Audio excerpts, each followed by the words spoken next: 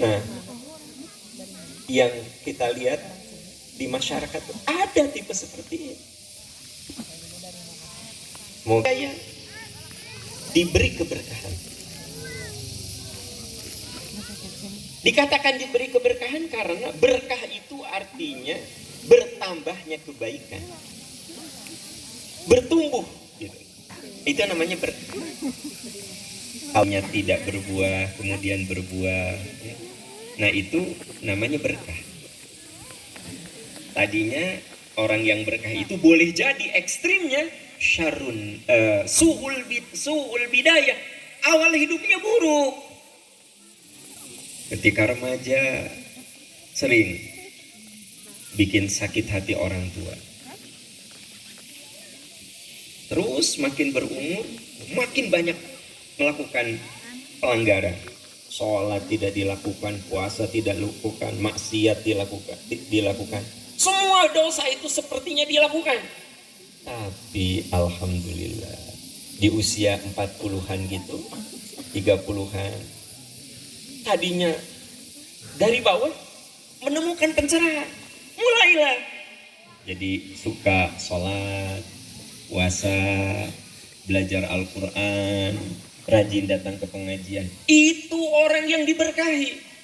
Su'ul bidayah, awal hidupnya buruk, tapi Allah berkenan memberikan hidayah. Boleh jadi itu karena doa orang tuanya, boleh jadi karena itu doa orang yang pernah dia tolong. Allah a'lam, kita tidak tahu. Yang pasti dia diberkahi karena awal hidupnya buruk, pelan-pelan menemukan pencerahan.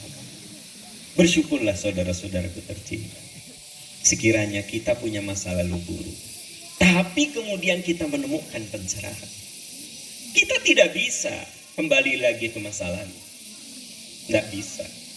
Dan ketahuilah, tipe seperti ini itu jelas-jelas ada yang dikatakan oleh Nabi dia menjadi ahli surga. Allahu Akbar, Allahu Akbar, Allahu Akbar, walillahil hamd. Umar bin Khattab radhiyallahu an, kita tahu bersama, punya masa lalu buruk. Kata Umar, semua dosa itu pernah aku lakukan. Ada riwayat yang menunjukkan tiap pagi Umar itu matanya sembat. Matanya sembat. Kata orang Sunda mah carindul, sembat. Ditanya oleh asistennya, oleh pembantunya, "Tuan, aku lihat setelah Tuan masuk Islam, Tuan ini jadi cengeng. Sepertinya tiap malam Tuan itu menangis. Saya lihat mata Tuan itu sembat." Apa kata Umar?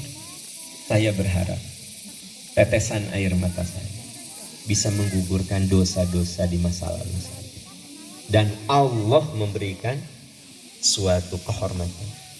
Umar bin Khattab radhiyallahu an menjadi khalifah. Kebayang nggak hadirin sidang Idul Fitri? Menjadi khalifah, penerus Rasul. Rasulullah wafat, diteruskan oleh Abu Bakar. Dan sahabat sepakat setelah Abu Bakar wafat, yang paling layak jadi khalifah itu Umar bin Khattab. Padahal kita tahu Umar itu punya masa lalu yang buruk. Nah, siapapun di antara kita, seandainya punya masa lalu yang buruk, nggak masalah. Yakinlah akan ampunan Allah. Boleh jadi mungkin ada yang melalaikan sholat, melalaikan puasa, dosa dan maksiat dilakukan.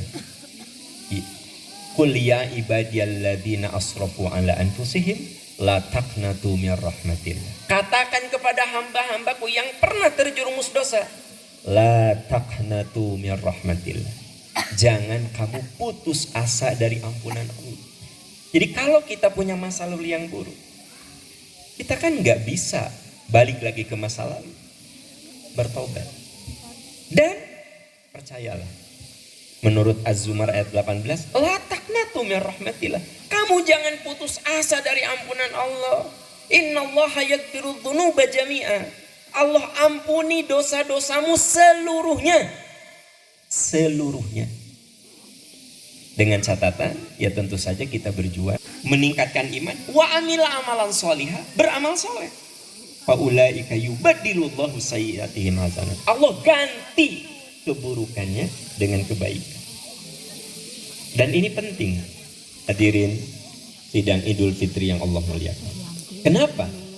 Karena orang itu masuk surga bukan karena amalnya yang banyak, tapi karena dosa-dosanya diampuni. Jadi kunci surga itu bukan amal yang banyak, tapi dosa yang diampuni. Oleh karena itu, pahamkan diri kita, seluruh ibadah itu orientasinya semoga dosa-dosa saya diampuni. Jadi kalau begitu kita tidak perlu beramal. Amal itu bukan kunci surga. Amal itu mengantarkan kita pada ampunan Allah. Makanya kata Nabi, kalau kita pergi ke majelis taklim, setiap langkah penggugur dosa.